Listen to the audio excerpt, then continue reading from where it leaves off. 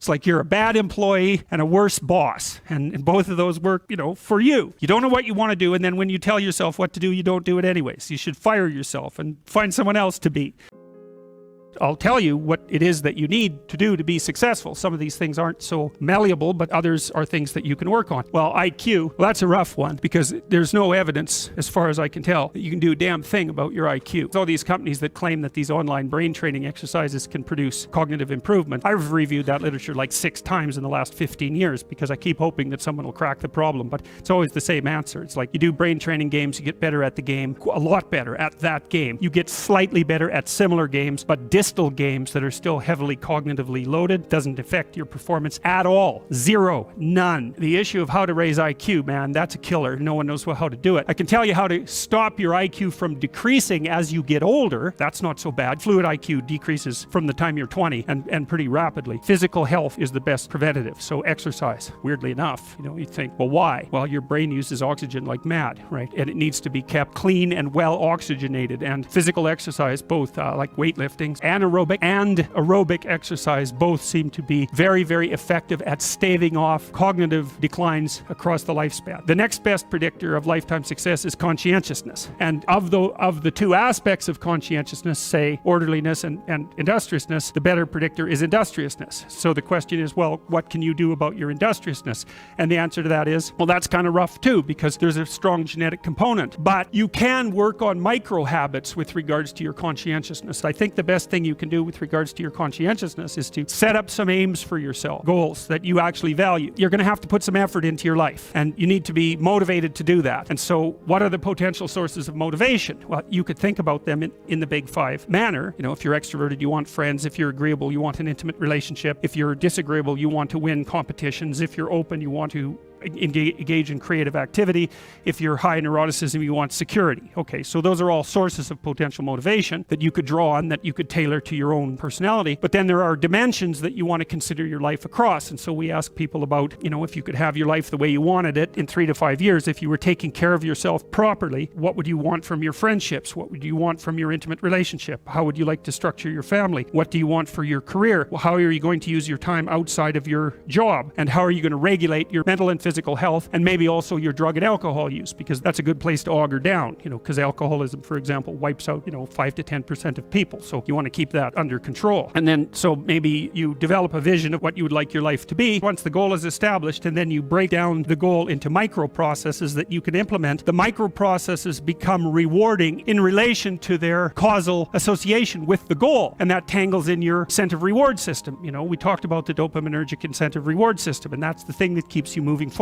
And the way it works is that it works better if it produces positive emotion when it can see you moving towards a valued goal. And so the more valuable the goal, in principle, the more the micro processes associated with that goal start to take on a positive charge. And so what that means is, well, you get up in the morning and you're excited about the day. You're ready to go. And so as far as I can tell, what you do is you specify your long-term ideal. Maybe you also specify a place you want to stay the hell away from so that you're terrified to fail as well as excited about succeeding, because that's also useful. The question always is, why do something? Because doing nothing is easy. You just sit there and you don't do anything. The question is, why would you ever do anything? And the answer to that has to be because you've determined by some means that it's worthwhile. And then the next question might be, well, where should you look for worthwhile things? And one would be, well, you could consult your own temperament. And the other would be, well, you kind of look at what it is that people accrue that's valuable across the lifespan. You need a family. You need friends. Like, you don't need to have all these things, but you better have most of them. Family, friends, career, educational goals, plans for time outside of work, attention to your mental and physical health, etc. That's what life is about. And if you don't have any of those things, well, then all you've got left is misery and suffering. So that's a bad deal for you. And often people won't specify their goals too because they don't like to specify conditions for failure. So if you keep yourself all vague and foggy, which is real easy because that's just a matter of not doing as well, then you don't know when you fail. And people might say, well, I really don't want to know when I fail because that's painful. So I'll keep myself blind about when I fail. That's fine, except you'll fail all the time then. You just won't know it until you've failed so badly that you're done. And that can easily happen by the time you're 40. So I would recommend that you don't let that happen. So that's willful blindness, right? You could have known, but you chose not to. Then what do? Then you turn down to the micro routines. It's like, okay, well, this is what I'm aiming for. How does that instantiate itself day to day, week to week, month to month? And that's where something like a schedule can be unbelievably useful. Google Calendar. It's like, make a damn schedule and stick to it. Okay, so what's the rule with a schedule? It's not a bloody prison. That's the first thing that people do wrong. They say, well, I don't like to follow a schedule. It's like, well, what kind of schedule are you setting up? I have to do this, then I have to do this, then I have to do this, and then I just go play video games, because who wants to do all these things that I have to do? It's like, wrong. Set the damn schedule up so that you have the day you want. That's the trick. It's like, okay, I've got tomorrow. If I was going to set it up so it was the best possible day I could have, practically speaking, what would it look like? Well, then you schedule that. And obviously there's a bit of responsibility that's going to go along with that, because if you have any sense, one of the things that you're going to insist upon is that at the end of the day, you're not in worse shape than you were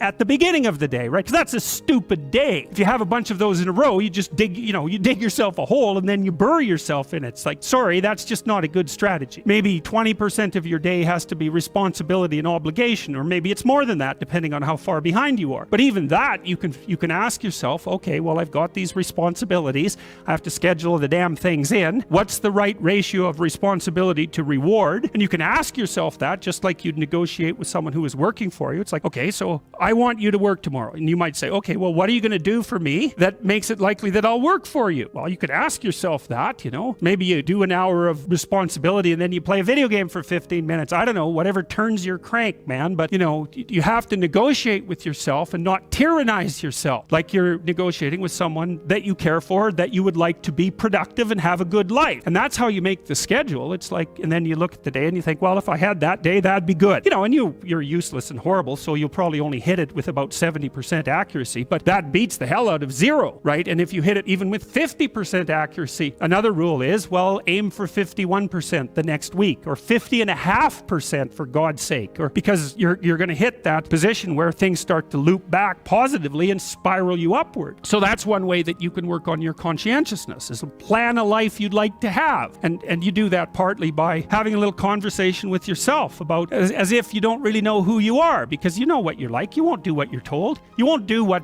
you tell yourself to do. You must have noticed that. It's like you're a bad employee and a worse boss. And both of those work, for you. You don't know what you want to do, and then when you tell yourself what to do, you don't do it anyways. You should fire yourself and find someone else to be.